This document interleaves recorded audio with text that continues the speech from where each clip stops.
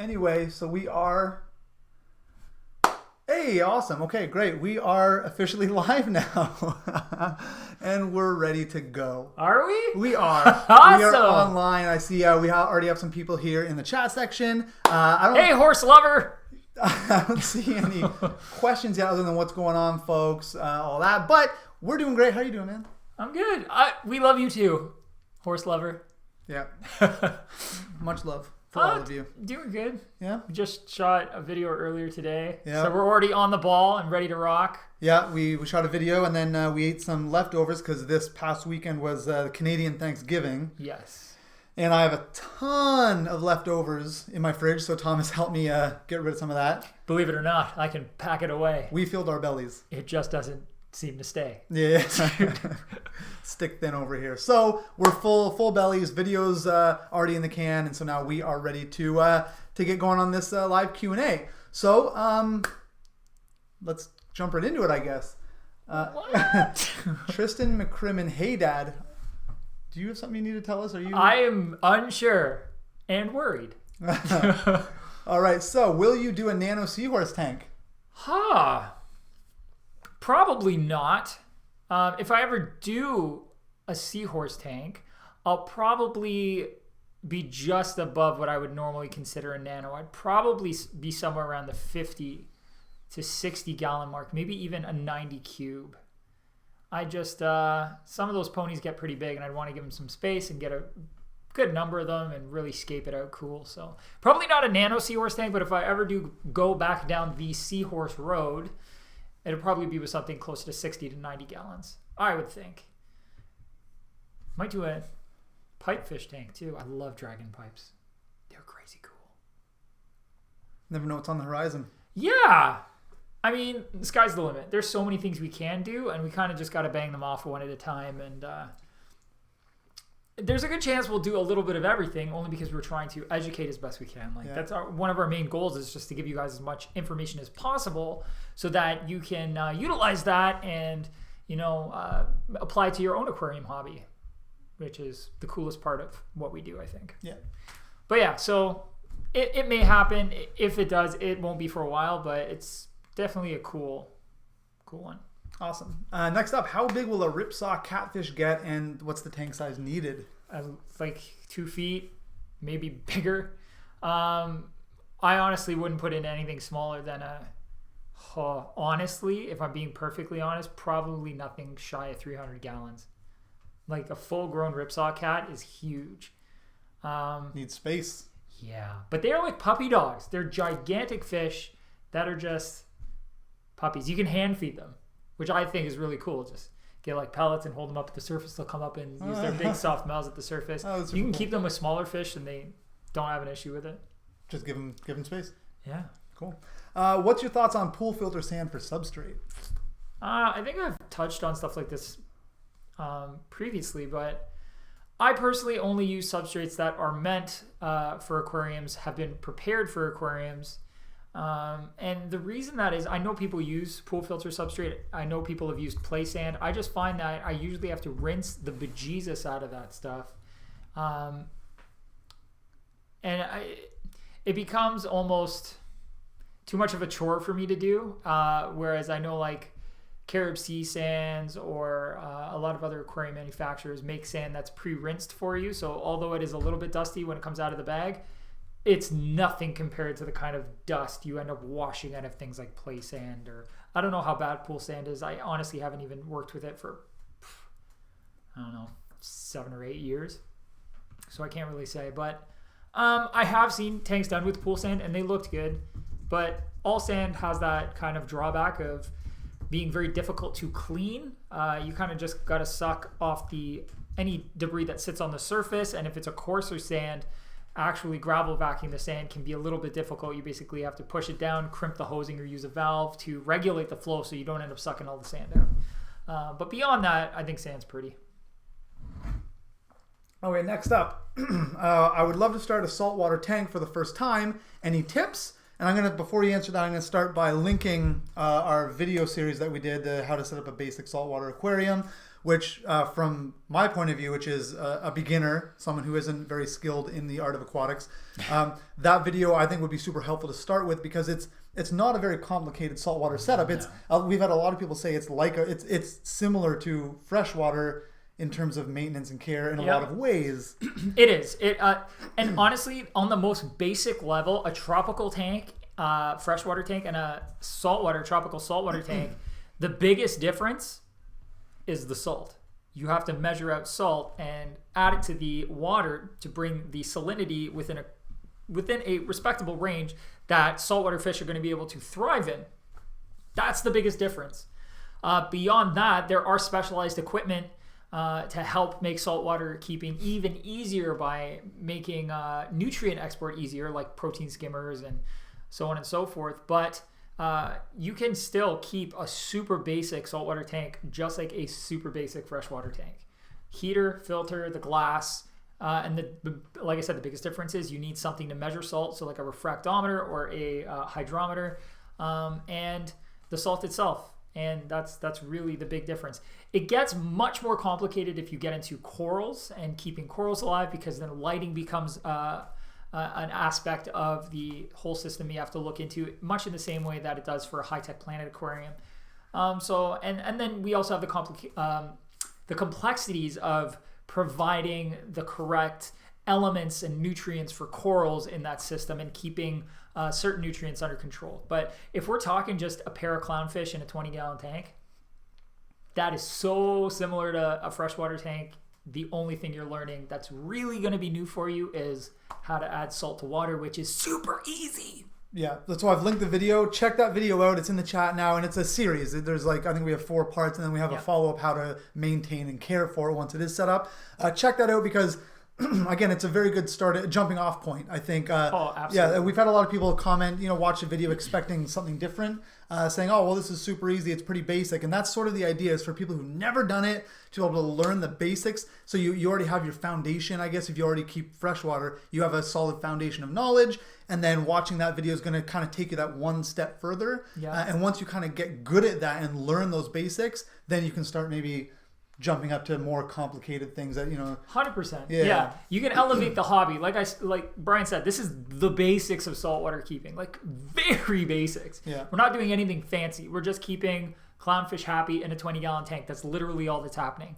But it obviously will evolve beyond that for you as you progress through the hobby, and you can do a lot with a 20-gallon tank. You could do a full-blown SPS and tridacnid clam reef with some really cool little reef species.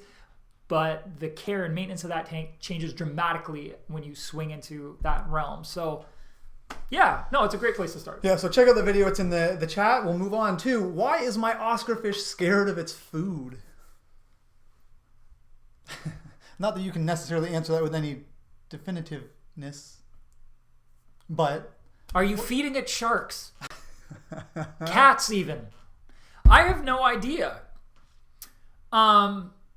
How long have you had your Oscar? Is he or she, they not settled in yet, perhaps? How are you adding the food to the water? Is it the food that the Oscar's scared of, or you creating motion in the aquarium while standing next to it? One thing you can try is having food added to the aquarium while you're at a distance. I've done this by literally throwing pellets across the room into a tank where I was keeping some fish that were not eating very well. When I was there, they eventually get used to it, but I've never heard of a fish being afraid of their food necessarily. That's really weird. I'm assuming your Oscar's just a little uncomfy with something. And best case scenario is they're just new and they need some time to settle in. And just the motion in the aquarium of food being added while you're standing right by the tank's making them nervous. So they try to get away. But hey, try some new stuff. Let us know how it works out, and if you sometimes it just takes a little bit of time for fish to settle in, and sometimes the best thing you can do is just add the food when the fish can't see you, or just be very slow and methodical as you do everything. No sudden movements. Just to keep them comfy. If you have a very bright light on the tank, sometimes turning that off and just having the ambient light of the room makes a fish a little bit more comfortable during feeding time. But Oscars usually aren't that shy. So it's curious. I don't know. Can I keep 2 gourami fish together? You should be able to. A pair of gouramis probably wouldn't be bad. You may have some aggression if you have like a couple of males or something, but I've seen many tanks with a couple of gouramis that wasn't too bad. I guess it also depends on the type of gourami you're getting. Sometimes having more than 2 of fish that tend to be more aggressive with each other is a better way to spread out the any aggression that does happen. So like having a trio or 4 or more type deal can also help. And there are dwarf gouramis, so if you have a smaller aquarium, using dwarf gouramis instead of larger species of gouramis will probably work to your benefit. All right. Can you somehow put fish in the same day as you start up a new aquarium, or can you wait just a day or 2? There are instances in which you can. I think it is always a risk of sorts, but if you have a filter that's completely established, full of biological media that's been seeded with bacteria for a long period of time, i.e. it's media that you had sitting on another aquarium for a month, or you're shutting down one tank, moving everything into a bigger tank, and you don't clean your filter and all the stuff, and you move it all over, and like in that way you can move all the fish at once or put a bunch of fish in the tank at the same day you set the tank up. But if we're talking a tank from scratch, everything from scratch, putting fish in the same day, it's super risky and I don't suggest it. You're really kind of, even if you use a product like ATM Colony, which is supposed to instantly cycle the tank by adding live nitrifying bacteria right at the beginning, so then those fish are essentially providing food for that bacteria right away. The bacteria can convert it essentially immediately. I still think there's a margin of risk there that just makes it a bad idea in general to fully stock a tank the same day. But it obviously makes it faster. So what I would usually suggest is throw the ATM Colony in or a like product, give it 24 hours, add your first fish or 2, keep it small, keep it simple, keep feeding to a low, and you should avoid having an ammonia spike that's going to be super high or anything high enough to hurt your fish. And then you will essentially cycle a tank. Or the best case scenario is if you already have an aquarium, just get extra biomedia, stick it in that filter or that tank, and you should be able to culture that over the course of 2 to 4 weeks. And that'll help the transition of your first or your other aquarium through the cycling phase, because you will have essentially cycled media already on the system. So you could add a few fish. I would never suggest fully stocking it, but that'll definitely bump you up the queue, so you don't have to wait so long before you get fish. Excellent. Next up, what are your personal experiences with the flying fox? Would you recommend? Flying fox.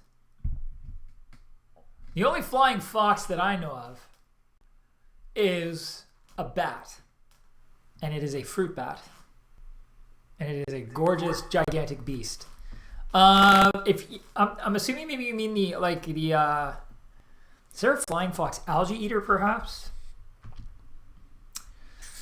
Huh. I'm not seeing any Let me rummage through my mind and see if I can think of a fish that goes by flying fox that I know for sure does, and I'll touch back on that. Unless Brian's about to. I'm going to Google it as well, just so we can kind of see if anything pops up here. Oh, okay, so I'm right. Does it have a different common name? I don't know. So yeah, I was right. It is an algae eater. I honestly, when it comes to algae eaters, I really personally in freshwater only use realistically snails, autocinklus catfish, and bushy nose plecos. And citrus plecos. Those are really my go-tos for algae. So I don't really get anything else, mostly because I find a lot of the other algae eaters get quite big and require more space. And a lot of the tanks I'm working with most of the time are quite a bit smaller.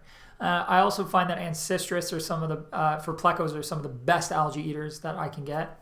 I find a lot of plecos, especially the more crazy, cool, ornamental kind, either eat wood and not algae, or are partially carnivorous or omnivorous and don't do a great job of eating algae, etc. So AutoCats do a great job with plants and stuff, and a mono shrimp too. I use a mono shrimp all the time for algae.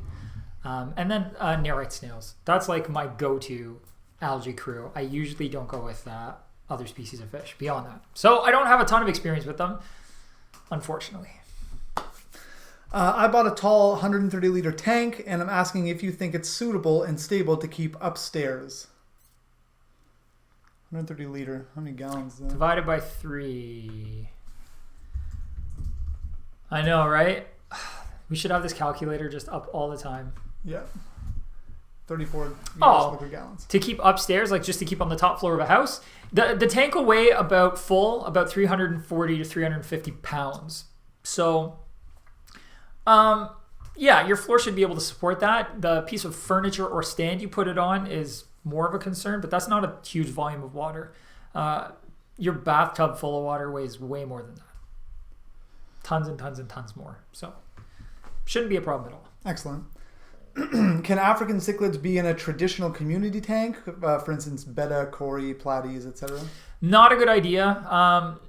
In my opinion, and I think in most people's expert opinion, because African cichlids come from the rift lakes, which have a very high pH, mixing them with your other basic tropical fish that come from areas of the world where you have a lower pH isn't optimal. Either the fish from the lower pH area are being forced to deal with a high pH, which is not usually good for them, or vice versa. You've got African cichlids, which are being forced to deal with a low pH. That alone is a reason not to keep them together. It's always best to try to keep fish in their optimal setting. You're going to get better coloration out of them that way. Fish are less likely to get ill if they're being kept in water parameters that their bodies are used to and basically set up to deal with. I also don't usually mix hyper-aggressive fish, like Africans, with other fish that are probably not going to be very aggressive. That can lead to situations where you've got fish that are bullying the snot out of everything else in the tank. So that's another reason why you won't want to do it. And that even applies to like some South American cichlids, and community tanks. Like obviously putting an Oscar in a community tank is probably a bad idea, or putting a green terror, aptly named green terror, in with community fish is a bad idea. So for the same reason, I generally think putting Africans in with your typical community fish is a bad idea. I do, however, like mixing giant danios in African cichlid tanks. They do a really good job as a dither fish to encourage those Africans to be out more and not hiding, although most peacocks and stuff will stay out and look brilliant and you won't have to worry too much about it. And I also really love mixing catfish like petricola catfish, other Cynodontis species with African cichlids, because they're from those regions and they have some very cool relationships with cichlids and other fish. There are catfish that will eat the cichlid eggs and lay their own eggs so that the cichlids can raise their babies and they don't have to. How awesome is that? So, yeah, there's other cool fish. You can still have a community tank with Africans. It just won't be what I think most people would consider a freshwater community tank, because it is specialized to a region as opposed to just a smorgasbord of all kinds of fish from all kinds of different places. Cool. Minimum sump size for a 90 gallon. I mean, manufacturers would probably have you go for as little as a water volume of like an actual carrying volume, operating volume of around 20 gallons. But I've always been of the mindset, the biggest sump you can fit under there. The biggest! Seriously. Like the biggest sump you can fit under there. If it's a 90 gallon sump for a 90 gallon tank, you're not going to hurt anything. The extra water volume is always great. That just gives you a ton of space to put whatever other filtration items you want in there, whether it's reactors or refugium or skimmers, et cetera, et cetera, et cetera. So I would honestly just get the biggest sump you can get and throw it onto that tank. So measure the inside of the stand and grab whatever is going to fit. If you plan on having other things under the stand, make sure you account for that, and then just get the biggest sump you can to fit the space that you have available for sump. Could you please give me some advice? How much fertilizer, specifically individually NPK, I need to use if my tank has more plants than normal? I assume fertilizer labels and recommendations are general.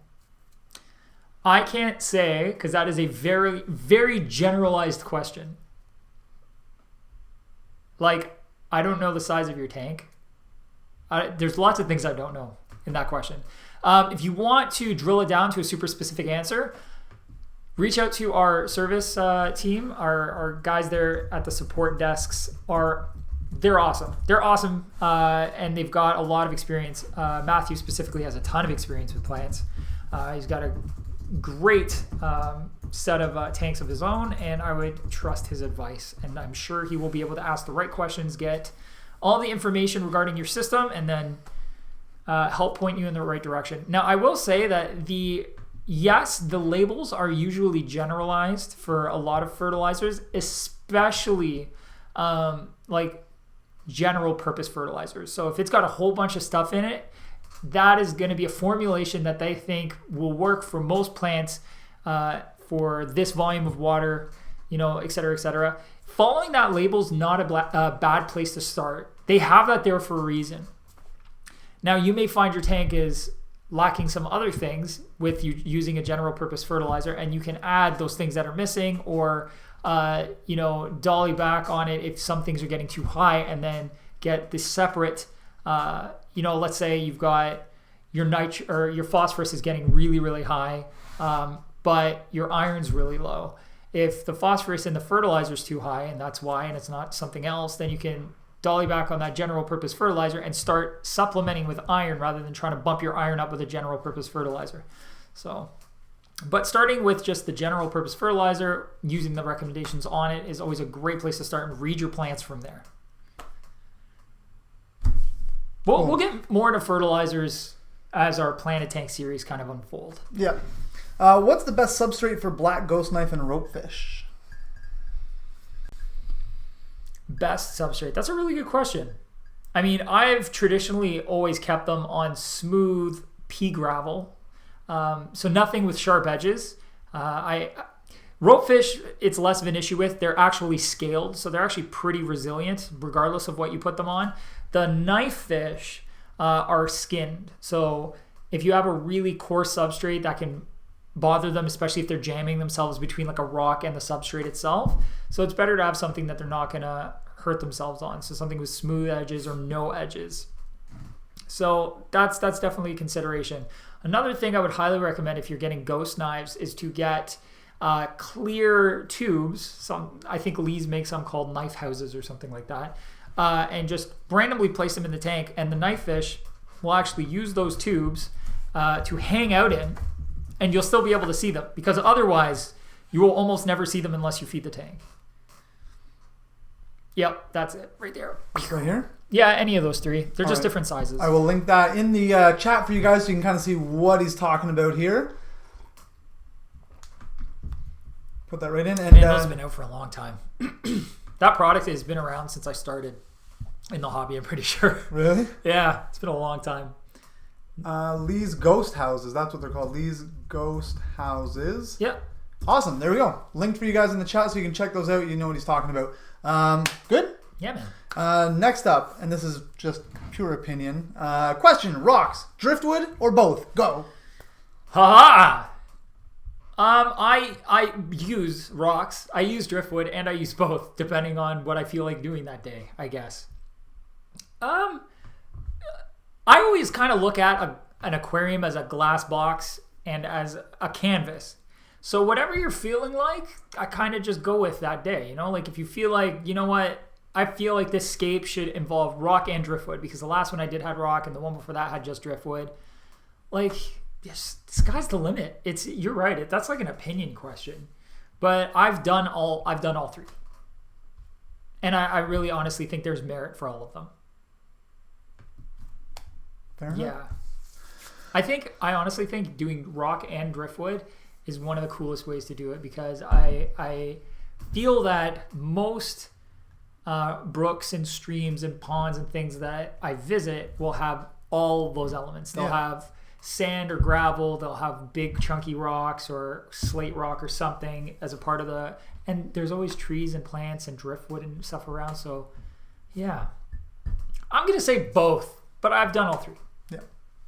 Okay, next up, I have a native tank with big fish, but just started a 10-gallon tetra tank and I don't want to overfeed. Is there a rule of thumb for small fish?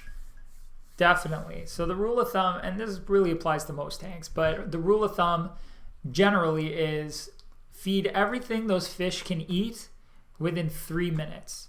Some people say 2 minutes, some people say 1 minute. I like 3 minutes because I like fish to be full. If you're going to do it once a day, 3 minutes for sure. If you're going to do it multiple times a day, you can just break it down into smaller. So like 1 minute, 3 times a day, 2 minutes twice a day, or 3 minutes once a day. It all kind of equals out to somewhere in the same ballpark of food. But the whole idea is you stand there and you add small amounts of food at a time. As it all gets eaten up, you add a little bit more, and you do that for the entire 3 minute period. So once they stop eating or the 3 minutes elapses, you stop. And that's it. And that way you're not dumping in just a handful of food. The fish eat some of it, a bunch of it gets lost in the gravel, and then you have more maintenance you have to deal with. Yeah. So yeah, it's a good way to prevent overfeeding in the sense of putting too much food and some of it going to waste. And it's a great way to stand there and spend some time looking at your fish while you're feeding them and make sure that everybody's eating, that everybody's getting food, that no fish are behaving differently than they were the day before. It's a really intimate moment with your tank where you get to appreciate but also analyze what's going on in your aquarium and see if there's anything that's off.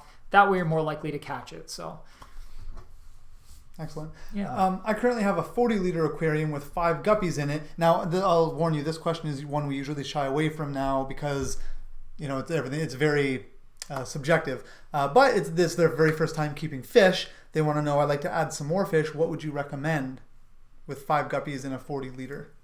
40-liter is not massive. I think it's going to be around 10 gallons, something like that. Maybe. Yeah. Look at that. Wow, my conversion in my brain's happening faster. 10-gallon tank, 5 guppies. You don't have a ton of space, but I would say maybe look into a small group of dwarf cory catfish. They can be a lot of fun. You could look at adding, there's all kinds of stuff. Small tetra species. I would even consider celestial pearl danios. They're very, very small, a little bit delicate, but they're a really tiny fish. So you could have 6 or 7 of those without adding much bioload to the aquarium, which is great.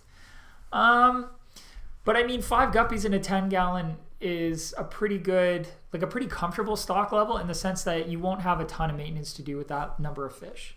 So as you add fish from this point forward, you're just going to be adding potentially more and more maintenance because you're going to start pushing the limit of that aquarium's capacity. But I think either 3 to 5 small dwarf cory catfish species like panda cories or something could be a good way to top that off. Or if you want to add something that's cool without adding a whole lot more bioload, I would look at even something like a mono shrimp or flower shrimp or nerite snails. Those are all cool things you can add that won't add a whole lot of bioload. You could add like an ancestor, like a dwarf rubber nose pleco or something. You could do, 10 gallons is a little bit small for an ancestris for a bushy nose, but you can spend most of its life in a 10-gallon pretty easily. What do you think about using fresh spring water, fresh out of the hillside? To shower? If you trust the water source, I would test it first and see what it's like. But if you trust the water source, there's no reason that you should have to add a water conditioner to it at that point. For instance, I am now on a well, so I don't have any chlorine or chloramine or anything like that in my water. But what my water does have a boatload of is iron. So I actually run my water through an RODI system before I even use it for my freshwater tanks because it is really yellowy if I don't, and the iron is extremely high. Not that that's really going to mess the fish up necessarily, but it is ugly. So I take further precautions. But if it's spring water and it looks good and it's testing good, you got to test it either way just to see what kind of fish are going to be best for that. Like the pH could be super low. It could be high. Like I don't know if it's running over limestone or where the spring's coming from. It could have super high levels of phosphates or sulfur or something. I have no idea. But test it. And if it looks good, then just use it as is. Yeah. Yeah, water sources are all different. If you're using city water, you're almost guaranteed to need to use a water conditioner just to help neutralize the chlorine and chloramine. But lots of people on well systems don't. There's just no point. Unless you've got a situation like I do where I've got extremely high iron and I have to get rid of it. And there's no water conditioner that's going to do that. I have to take extra precautions. But yeah, just test your water source. Best type of cichlid for a 10-gallon? A pistogramma, because they're small. You could also probably do shellies, like shell dwellers. Get like a pair. They'd be really small. What else cichlid-wise? Rams. Pair of small rams. Josh, I don't know how to pronounce this. Ocellatus. Neolamp. Oh, neos. Neos are nice. Neolamps are awesome. And ocellatus are quite nice, yeah. Those are Josh's. Oh, by the way, we didn't mention, we have Josh also in the chat with us today, who's our other video host and aquatics enthusiast / expert. He's here. He's here in the chat, also answering your questions as we go, because as you know, we have so many questions, it's hard to get to all of them. So Josh is there too, answering your questions. So be sure to chat with him as well. Let's see, what else do we have here today? I think the ocellatus from the Neolamprologus, I think that is one of the shell-dwelling species, if I'm not mistaken. Can I have an axolotl in a community tank? Not a great idea. I think axolotls will probably take advantage of any small fish that they could. Yeah. I think for that reason, you'll probably almost never see them kept with fish. Also, people generally recommend bare-bottom tanks or sand for axolotls so they don't end up ingesting gravel by accident and becoming impacted. So, yeah, I'm going to say probably not the best idea. It would have to be a very specialized community tank based really around the axolotl's needs, since that's where the special needs would be. And you'd have to pick fish with that axolotl that either it could never eat because they're too big, or that you would expect to go bye-bye at some point. I think that's my answer. Fair enough. What other fish can I keep with neon tetras? Please help. Rummy nose tetras. Black neon tetras. All kinds of stuff, really. Gouramis would probably be fine with a boatload of tetras. Rainbows. Rainbows are gorgeous. I love keeping rainbows in community tanks.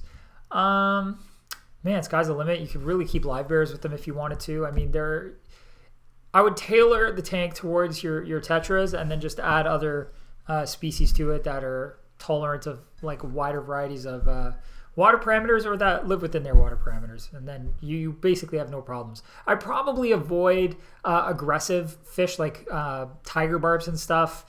They may chase the neons around a bunch, which might not be great. Might make them school nice and compact, but I try to avoid putting any unnecessary aggression in there. And I find rainbows, like as a bigger fish, especially like when you get into like Bosemani rainbows or the Australians, are they red? I don't remember. Anyways, Iriangea? I don't remember. Anyway, those red rainbows, there's all kinds of different rainbow species that get nice and beefy looking. They have tiny little mouths. They're not going to bother the neons, but they add that big fish element to a tank that just has little fish. And they are colorful. Which is always nice. Yes. Have you heard about Bala shark with stalked mouth? What's the cause? How to fix? With what mouth? Stalked mouth. Never heard of that. I'm not sure what stalked mouth is. If you want to maybe clarify, give us a little more detail in the chat, we can try and address it. Maybe it's just different terminology, and we can definitely try and help you. If not, again, feel free to reach out to support at bigalspets.com. I was just going to say, send us a picture even. Yeah, send us. And we might be able to help diagnose exactly what's going on and come up with a proper solution for you, because I'm not quite sure. All right, yeah, definitely do that then. Send a photo to support at bigalspets.com, and we'll try and pinpoint what it is your fish is suffering from. What are your personal views on these fairly new glowfish that are genetically modified to biofluoresce? Are you for or against or somewhere in the middle? That's actually that's a very interesting question, because that is like a philosophical. it goes a little deeper. Yeah. Okay. So here's my thing. I think genetically modified organisms can be super interesting. I feel that as long as whatever modifications have been made to said species are not impairing the species' ability to live its full lifespan, I'm not necessarily against it.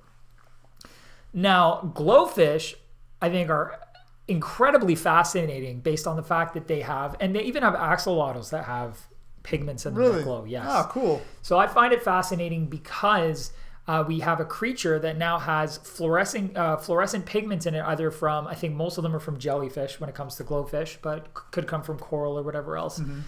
So we've got an organism that wouldn't normally fluoresce that does, which is just nuts. The fact that they have different colors, I think, is really cool. How those fish interact with actinic lighting, or not black lighting, but actinic lighting within the range that would cause those pigments to glow in the same way that they do on reef aquariums, is just entrancing. It's really cool to look at. I think it gives us an opportunity to really play with very fanciful, crazy, psychedelic-looking ornaments in an aquarium and have those fish kind of pop out with that kind of theme. So I'm not necessarily against them, but this is what I will say. I can never see myself taking those fish and putting them in an environment where I'm keeping other natural fish.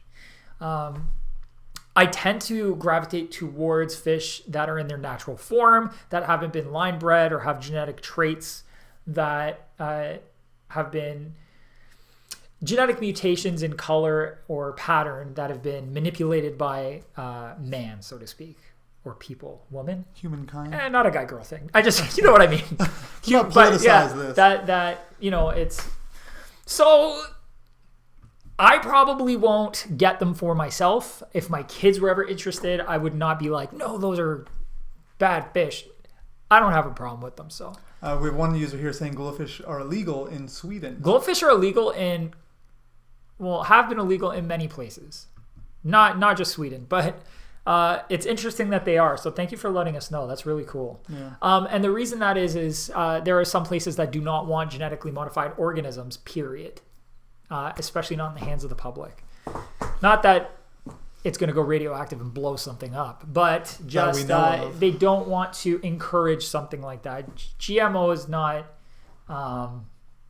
loved by all. I'll say that. No, definitely not. Best fish for algae eating in a 110-liter aquarium.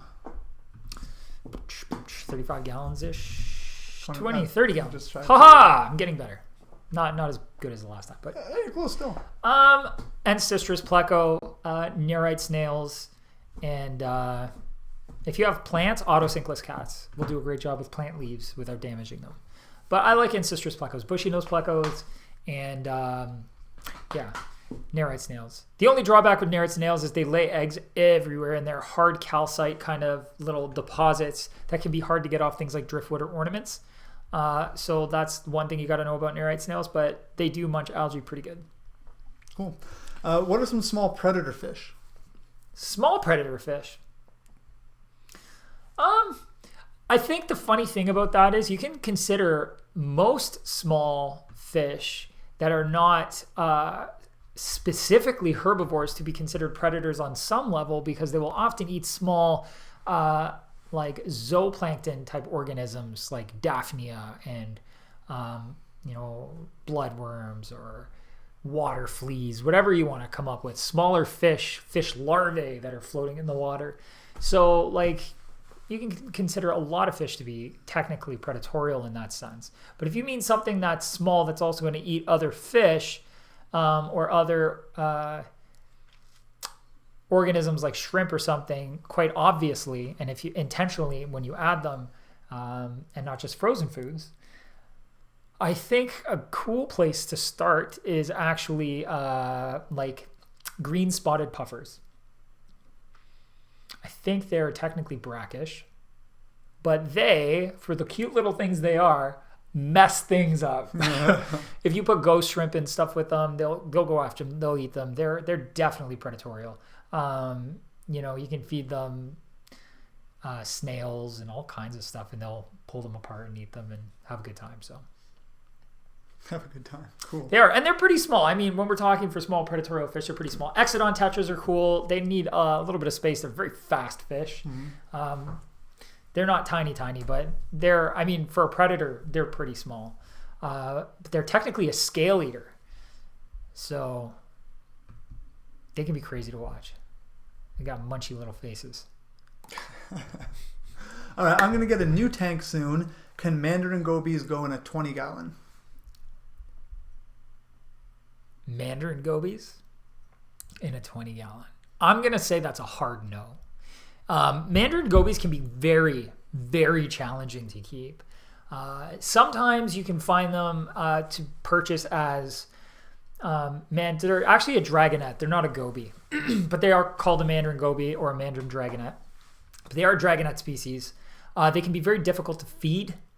They typically, although you can get them captive bred and stuff now, typically they've been wild caught and have a very hard time transitioning from live foods because they are a sight predator and they watch their food move and pick up on the movement and kind of hone in on it that way, which you'll actually see when you watch them. Their eyes are like constantly looking around for things in crevices. They got tiny little mouths for these small prey items that they eat.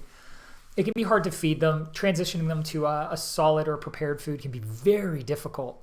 So usually you rely on the copepod or amphipod or zooplankton population in your aquarium to feed them. For a 20-gallon tank, that population will never be big enough to sustain one Mandarin goby. They will clean that tank out and then starve to death. So I would say no. I mean, I would probably do a pair of Mandarins in like a 90 or a 120 and still have a solid refugium on that tank. But that's me. I like to just have a large buffer if I can. Like,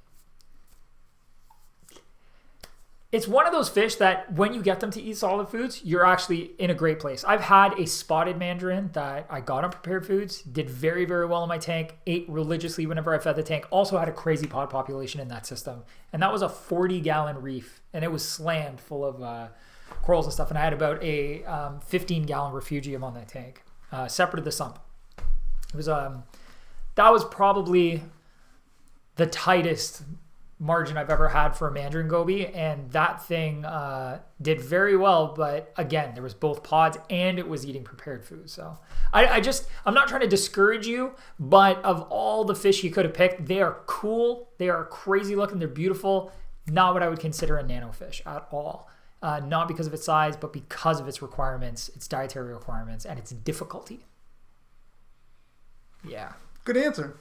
I bought 4 kilograms of dead coral, but it smells bad. Yucky. How to clean it before I can put it in my African cichlids tank?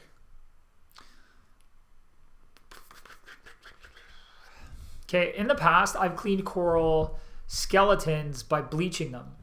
I would get lukewarm water, 5 gallons, and like 2 caps of bleach.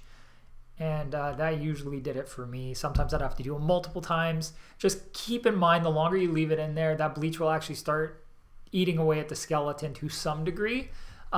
Usually not a whole ton, but it will become slightly more fragile and porous after you bleach all the garbage that's in it out of it.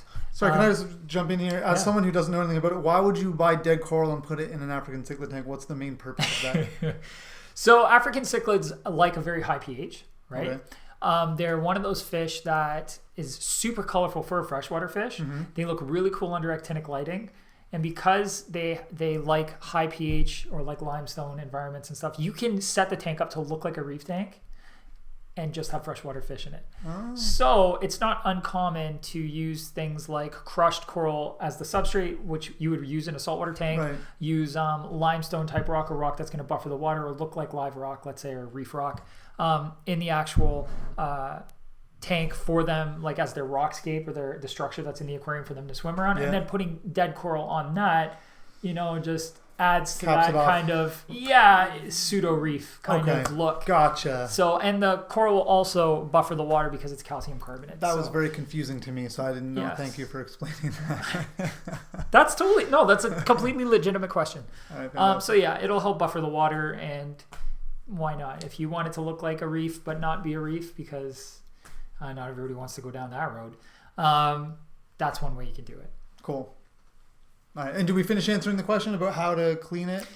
Not really. So when you're done bleaching it, just rinse it in fresh water And water conditioner, I like using Seachem Prime for that because I feel it's does a really good job at neutralizing chlorine bleach quickly, and I find it's also a very concentrated water conditioner compared to some others, so I use less of it to do that kind of stuff. And then just let it dry out completely. As long as it doesn't smell like bleach anymore, good to go.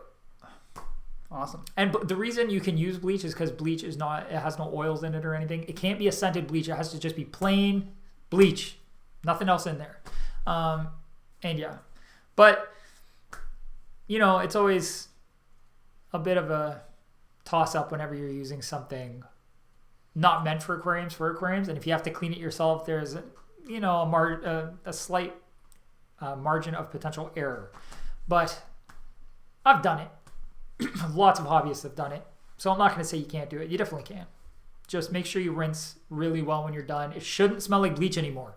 If it does, soak it in a new bucket of just plain water with some water conditioner. Let it dry out again. You might have to do that process a couple times, but you should be good. Awesome.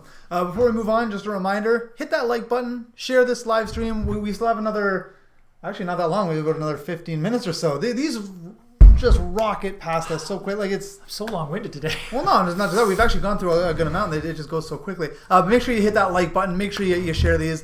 Share our channel. Share everything. Because we do want to help out as many people as we can. And we'll continue doing that now with the next question. Do you know any beginner lizards that are herbivores?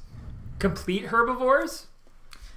The only one that honestly comes to mind is Uromastyx.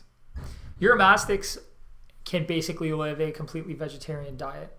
Like an omnivorous diet that can have a lot of vegetables in it would be a bearded dragon, but they still do need protein in the form of insects. I think of the two, a bearded dragon is going to be a better long-term pet for a beginner, even though crickets may be involved or mealworms may be involved at the beginning or for a good part of the beginning, especially when they're young. And you can dolly back from it when they're eating more veggies as they grow and stuff. But Uromastyx, they're also a pretty good lizard. Like you can handle them. They're probably not as inexpensive as you can get for bearded dragons. Uromastyx are going to carry a little bit higher price tag, but they are a lot more herbivorous than beardies in that sense. Like if you want to stay away from bugs as best as possible, then I'd say Uromastyx. I like ornate Uromastyx. I think they're really pretty. But there's a few different types from different areas, and they all have varying price tags. But look at Uromastyx. It's spelt kind of funny. It's Uromastyx, I think. Yeah. Did I spell that right? Yeah. Uromasty. Hey. You got it. Sweet. But yeah, they're cool. Yeah, they're pretty cool. I remember a couple of years ago, you and I were talking about different setup videos we could do. We went into one of our super centers and checked out the Uromastyx, and man, they're really cool looking. They are super cool. I think we ultimately went leopard gecko. Yeah, but the Uromastyx was definitely tough not doing that setup video because even the photos you showed me of some of them, they're incredibly beautiful. Really, I think cool. Ultimately why we didn't is because we had already done bearded dragon and they were fairly similar. Yeah, I think so. But still, really beautiful reptile. Is 10-gallon tank good for a planted tank? Yeah, 5-gallon tank even. Just more, you have to keep a closer eye on it, right? Like you say, the smaller things are, the more... Yeah, I mean, planted tanks are... Like a low-tech plant tank isn't too difficult. Like you could easily get a handful of Anubias, a crypt, maybe a few valves or something, and just keep them trimmed nice and short and set up like a little 10-gallon, and that's not going to be too difficult. And as long as you don't like seriously overstock it with fish, that's going to be a pretty easy tank to keep happy. So yeah, you can definitely do a small planted tank, 10 gallons, whatever. Cool. Go for it. What do you think about Repashy superfoods? I like Repashy. I've used Repashy for all kinds of stuff. They have a product called Morningwood that is for what I can't remember the scientific name, but things that eat wood fiber and stuff like that. And I actually use that not only for plecos, which I think was designed for things like royal plecos, but I also used it for feeding isopods and stuff. for feeding my dart frogs. Oh, yeah? Yeah, so I put small amounts of it in my springtail cultures, my isopod cultures, and stuff like that. They have all kinds of awesome foods, whether it's for reptiles or for fish. Not the most inexpensive foods, but I feel they get, for the amount of food you can make with them, it's money well spent.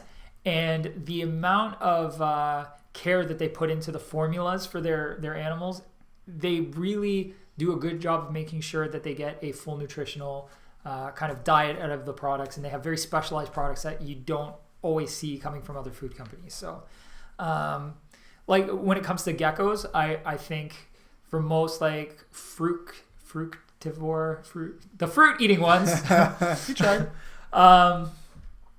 they're my go-to brand, I would say, for sure. Cool. This one is just sort of general. I'm just going to ask, any plans to open a Big Als in the States? I think we used to have. We had one in Florida. Yeah, at some point. Yeah, I don't know what happened. No, I don't know what happened there. But we did used to have one. Right now, they're all mostly in Ontario. A couple in Alberta. One in Alberta. But none in the States right now. We operate our BigAlsPets.com in the States, so you can get all of your supplies, anything you need from there. But hopefully in the future, I mean, it'd be nice to have Big Als everywhere. I'd love one here, even in, like, we live in Nova Scotia in Halifax. I'd love to open one up here. Yeah. I think that'd be pretty awesome to like have a store that we run and do videos from. That'd be amazing. Well, We could manage the store and manage the videos. something to think about in the future. Anyway. Hopefully management is watching. Yeah. Nudge, nudge. All right. Let's see. What else do we have? How do discus do in a 60-gallon with community fish and a 12-inch pleco? Now, I know you've said you've never really kept discus, but from what you know. 60 gallons? From what reading and stuff I've done, because I have been researching this because you guys asked me so many questions regarding discus that I haven't been able to answer. I think, personally, I wouldn't go less than about 90 gallons for discus. So on that alone, I would say probably wouldn't do it in a 60-gallon with a community and another huge pleco. Discus seem to also do really well in water that is essentially pristine. Plecos take gigantic poops.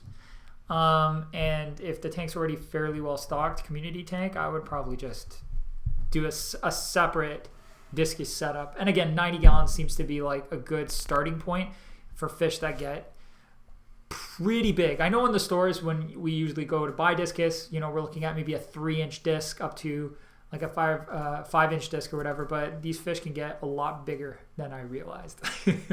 So yeah, I would say I'd probably stay away from it. What some people refer to, I think, as Josh has said in the past, the poor man's discus, which stays smaller, although I think waru are technically the poor man's discus, but I think we also in Canada refer to the red spotted severums as poor man's discus, and they'll stay a little bit smaller. They'll do okay in a 60-gallon tank. I mean, they do get a fair size, but just not like gigantic discus dinner plate size. And they're very easy to take care of, and they're not very aggressive, so that might be a good kind of compromise. Cool. There's a place called Big Als in LA, and I got so excited then I found it's a pizza joint. I've seen that. You know what? I've Googled Big Als and they've come up. And I think one time on some channel we got a review. Really? Yeah, and it was a negative review. And these people were like, there was no pizza, only fish. No, yeah, these people were ripping on this pizza joint for whatever reason. And I'm like, this makes no sense. We don't. And then I looked it up, and it turns out there's a Big Als pizza joint, and these people just have no idea how to do a review on anything. That's so they funny. meant to let everybody know that this Big Als pizza joint is, had angered them in some way, but instead they just told everybody that reads our reviews that this other place that has nothing to do with us is bad. That's amazing. Someone says there's a deli spot in Chicago as well. Yeah. Yeah. Well, Big Als Aquarium / deli / pizza joint. You know would be what? a way to diversify. I would go there. Yeah, me too. For a sandwich. Yeah, you know what I mean? Like eat a sandwich. Pizza sandwich. Eat some za, walk around, check out the fish. Yeah. It's a win-win. What's another kind of snail that I can put in my freshwater tank that won't breed? The only kind I know of is a Nerite snail, but for some reason they're hard to get where I'm at. Nerites won't successfully breed in pure freshwater as far as I know. Any other freshwater snail I can think of potentially could, or is gigantic. Like mystery snails and apple snails are pretty big, I think. And I'm also pretty sure both of them are technically capable of reproducing. So I would say Nerite snails is really your best option, unfortunately. You could also do assassin snails, but they really need other snails to eat. Or ramshorn snails. What are the long guys that go in the gravel? Let's stir the gravel up. Josh, what are those long snails, long-shelled guys that go in the gravel? Let us know in the chat. Yeah. But yeah, snail-wise, I think Nerites are going to be your best bet. They may be hard to find, but that said, they definitely won't breed. Josh has Nerites, I think. Next up, are 2 Nemos and Xenia coral okay for a 20-gallon long? Yeah, technically yes. I will say that Xenia can be a little tricky. Some people find that it melts very easily. Acclimating them to a new tank can sometimes be a pain, but once it is established, it grows like wildfire. You'll have to probably stay on top of trimming it, because if it grows too much and kind of uses up all of its potential resources, they can also have die-off. I think a nice compromise instead of Xenia would be GSP or green star polyps. You can get like a really nice metallic green star polyp. You can have it essentially end up covering everything, which is what's going to happen with Xenia anyways. Star polyps not prone to die off at all. And what you'll end up with is a tank that essentially just looks like a meadow of grass, just swaying in the wind, and the clowns will play in it. So I think that would be slightly more fun and less likely to have any kind of problem. But I think that sounds like a fun tank. What kind of clowns are you getting? Tell me you're not getting oscillaries. Get something cool. Like, now I'm just trying to influence people. Get like tomato clowns or orange skunk clownfish or pink skunk clownfish. Something that you don't see as often. I feel like, you know what? I feel like I got a rep for the other clowns, because these oscillaris and perculomorphs, and even like maroon clowns, which are maroons are not appropriate for a 20-gallon tank. They can't like this big. Really? Yeah, they get huge. But I feel like they're not getting enough love these days. Like the other clowns and all the morphs now, people are just like, yeah, man, clown morphs. What about the au natural clownfish of yesteryear? Huh? Tomato clowns and sea bay clownfish and Clarky or Clark-eye clownfish. Someone's got to represent for him. Man. Looks like it's you. Did I say saddle? I don't know. Look at all the clowns. Maybe pick one that nobody keeps anymore. Our past question where you were asking about, we have a bunch of people say Malaysian trumpets. Is that what you were thinking of for the... Yes. Thank you. Malaysian trumpet. See, sometimes I forget things. But yeah, Malaysian trumpet snails.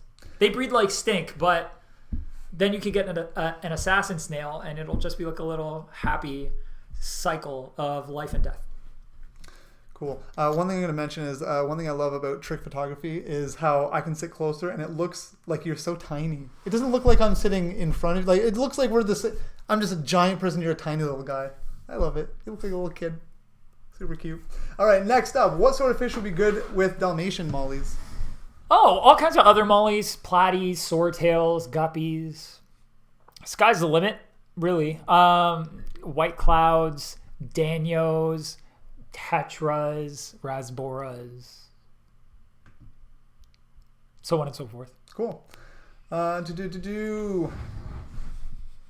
This is not a question. It's just someone saying we're doing an amazing job. Love watching our videos. They've been dragged back into the hobby after several years. I love that. It's like you tried to get away, but you just couldn't. You love it too much, and you're back in. But they're feeling undereducated, but our videos are helping. So that's awesome. I'm really glad. Really glad to hear that. If you have any specific questions, feel free to reach out to our support team. If we don't answer them for you here, and something just comes to you and it's not during a Q&A, we'd still love to help you out. So that's awesome. I'm glad to hear that. Yeah, absolutely. Someone asks, I'm still waiting to hear how big of an aquarium I can have living on the 7th floor of a condo. My building manager has no clue. Yeah, I think we've gone over that before. I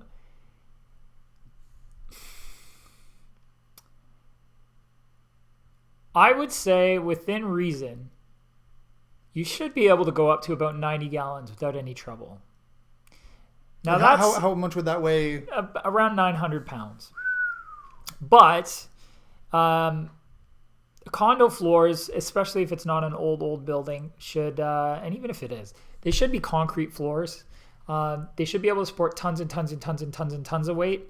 I've had friends that lived in condos with tanks in excess of 150 to 200 gallons. So 90 gallons is quite a bit smaller than that.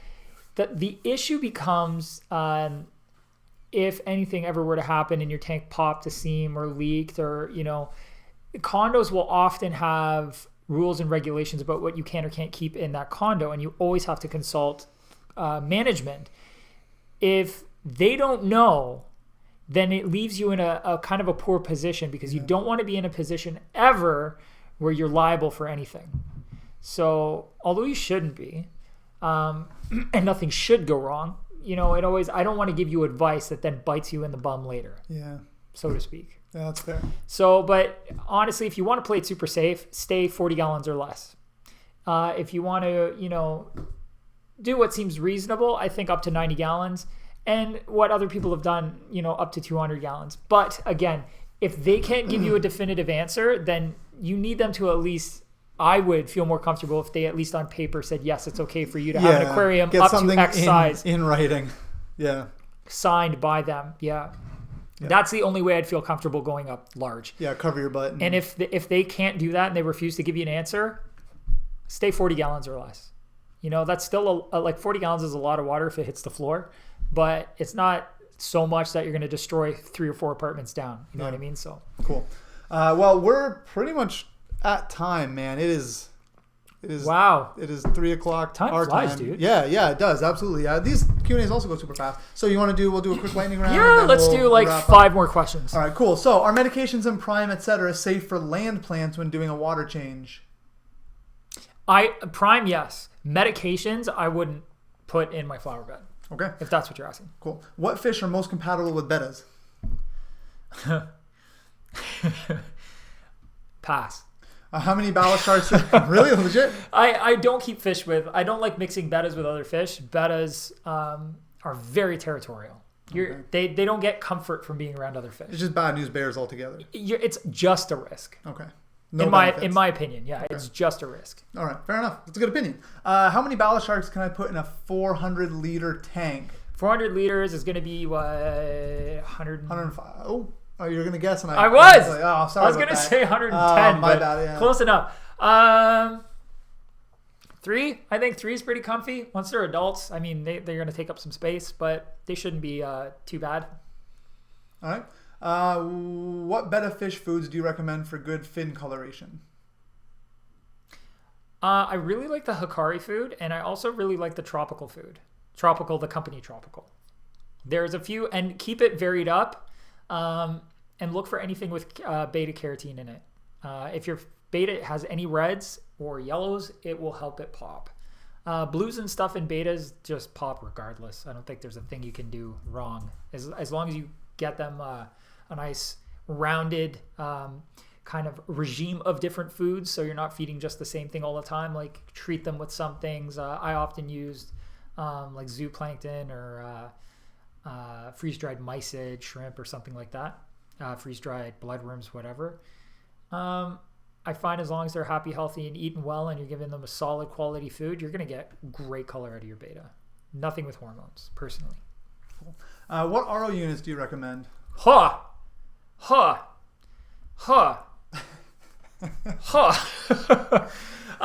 think right now one of my top favorites is Aqua FX.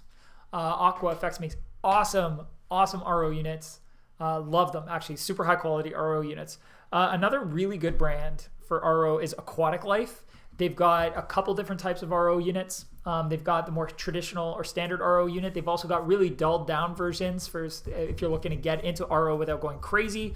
So you have all the components, but in a much more compact, easy to use it's like plug and play kind of, I think it's called the RO Buddy type setup that'll just hook up to your sink. And then they even have a version that's kind of super easy for the basic or normal person to use who doesn't want to get too technical, that just has cartridges that kind of line up in a row and they're twisting. There's no like big thing to unscrew and pull a cartridge out of. You just twist it and pull it off and put the new one on, and that's it.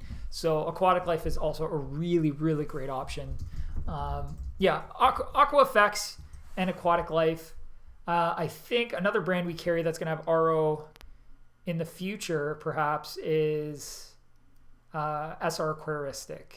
I'm not sure when they're coming out, but I would also think that SR Aquaristics, if their products are anything like their other products, which I'm sure they will be, are going to be pretty awesome. So yeah, looking forward to those two. Awesome. Yeah, we I've linked what he mentioned. I linked them in the chat, so you guys can check them out. I think both are actually on sale right now too. So just check them out, have a look, see if they work for you, and if so, now might be the time to get them. What should be done in the event of a power failure during the winter? I have a 20-gallon tank and no backup generator. That's a good question. You need one, some kind. The most important things, like, okay, so here's the thing. If you have like a backup heating system for your home, whether it's like wood burning or whatever the heck, so that if you lose power, you can still keep the house warm, the tank's not going to drop too far in temperature, then we can assume that temperature won't be an issue. Okay, and if that assumption's made, then what you can do is get a series of or an individual battery operated air pump and just keep them on hand. I've got probably 6 of them at my house. And they're there in case of power failures. I can pop in some fresh batteries into this air pump, drop it on the tank, and I still have surface agitation. You feed very sparingly in those situations. The whole idea is to keep the fish alive through the blackout period, not to keep your fish growing and looking the best, and just keep them alive, keep everybody going. So feeding less so you're not getting any more respiration or pollution in the water than you need, keeping that water surface moving with like a backup battery operated air pump, and keeping the tank warm. So if you don't have a way to keep that tank warm by keeping your house warm, then what you may have to do is get like a battery backup, like a UPC, uninterrupted power, UPS, uninterrupted power supply. You can usually find them for computers. They won't keep a heater running for a super long time because heaters are super high wattage, but it will work for a period of time. You could technically also plug like a filter or water pump into that instead of using batteries. But that's getting more complicated, obviously. And then best case scenario, go get a gas generator and plug it all into that. Yep. Low tech, give it a big hug and just share body warmth. I'll tell you straight up, if I get a reef tank in the future in my place and I've got thousands of dollars of livestock in it and stuff, I am buying a you got to protect that huge investment. Generator. I live in rural Nova Scotia, where there's tons of snow and blackouts or power outages can happen. In the winter, it happens with the nor'easters. Like our last winter here, we had like at least 3 nor'easters that came through, and it was just power out for days. They had to bring in people from other provinces just to help get everything back online. So you're talking like you're in the country, you could be without power for quite a while. So yeah, that becomes super important as a way of making sure that I'm keeping my investment and my fish and my lovely babies safe, including my kids. Yeah. Yeah. Not just the animal. I care about my family too. I'm getting a generator for the fish. Everybody else can freeze. No, it's for everybody. But yeah, you want to make sure you've got some backup protection. Cool. We'll do one more. We're past time, so we'll do one more. Are my plants consuming nitrates as they grow, and do they reduce the need for water changes if they consume nitrates? Many thanks for the great content. Technically, yes. They will. They will reduce water changes. A well-planted tank, you will probably find, if you test the water regularly, you're not going to have nitrates and phosphates and stuff rise up very easily unless something's out of whack. So, and that's even more true, I find, with high-tech planted tanks where you've got CO2 highlighting going in. They are going to suck out nutrients. You technically end up having to put nutrients in to keep up with them. But on a low-tech tank, even if you have a good balance going with lighting, the number of fish and nutrients in the aquarium, the plants will probably prevent you from having to do water changes too regularly or as frequently as you normally would with a freshwater tank that had no plants. But that being said, you still should keep an eye on it because plants do add a level of complexity to the situation that also in turn can yield results that are sometimes inconsistent. So one month you may be like, wow, my water's been pretty much perfect. And then the next month something is a little bit off and then things just don't work out the way they did the previous month. So you still want to stay on top of testing and keeping an eye on your tank. But yeah, I think overall you can expect that with plants, you'll have less maintenance. Cool. Less water changes. Less water changes. Because plants lose leaves and stuff, and that can create more maintenance. All right. Fair enough. Well, thanks again, man, for coming over and doing this Q&A with everybody. My pleasure. And thanks to all of you, obviously, for joining us, asking all your amazing questions. These Q&As never seem long enough, even though we're stretching past an hour now. It always seems like we'd never get to as many as we want to. So make sure you keep checking back for all our Q&As. And if we didn't answer your question, we have regular time now, right? Yeah. That's right. Every Wednesday at 2 p.m. Every Wednesday at 1 p.m. Eastern Standard Time. 1 p.m. Eastern Standard Time. It's 2 p.m. our time. 2 p.m. our time. 1 p.m. Eastern Standard Time every Wednesday is when we're going to be doing these. So make sure you tune in. Get your question, arrive early, put your question in, and we'll be able to get to it right off the bat. So make sure you guys join us for that. As always, it's always great when you hit the like button. That's going to help people actually end up seeing our content and hopefully joining in on these with us. Don't forget to subscribe if you haven't already. If you're new here, we would love to have you. Yeah, if you're new here and you're checking out this Q&A and you don't really know what we're all about, we have a ton of other videos, a ton of Q&As. So always subscribe. I always say share our channel as much as you can. If you'd like to. If you enjoy what you see here and the interaction you have with us and our videos, share it with other hobbyists that you think might also enjoy that. Even non-hobbyists. If you're at the gas station, there's someone standing across the pump filming their car. Just like, hey, by the way, do you know what Big Als VOD? That Thomas guy, that Brian guy? Yeah. Check out the video and just show them on your phone. It can't hurt. Share it with everybody. It would really help us grow, and the more we grow, the more content we can bring you guys. And again, thank you for doing that and all your support. And with that said, we got the Planted series is still going. I know it's been a while since the last episode. We're going to be releasing the next one by the end of the week. So definitely keep an eye out for that. React videos, which we still have a ton of already shot. We got another one coming, and then we got to still shoot more. We have so many to shoot. So again, a ton of those on the way. We did just shoot a video today where I'm actually going to be setting up. I'm not going to say much, but I will say I will be setting up an aquarium. He got called out to set up a tank, and I think Brian decided, you know what, it's not a bad idea. The call was out there, so I had to do it, and so I have Thomas giving me some guidance and advice. So make sure you stay tuned for that. That's upcoming.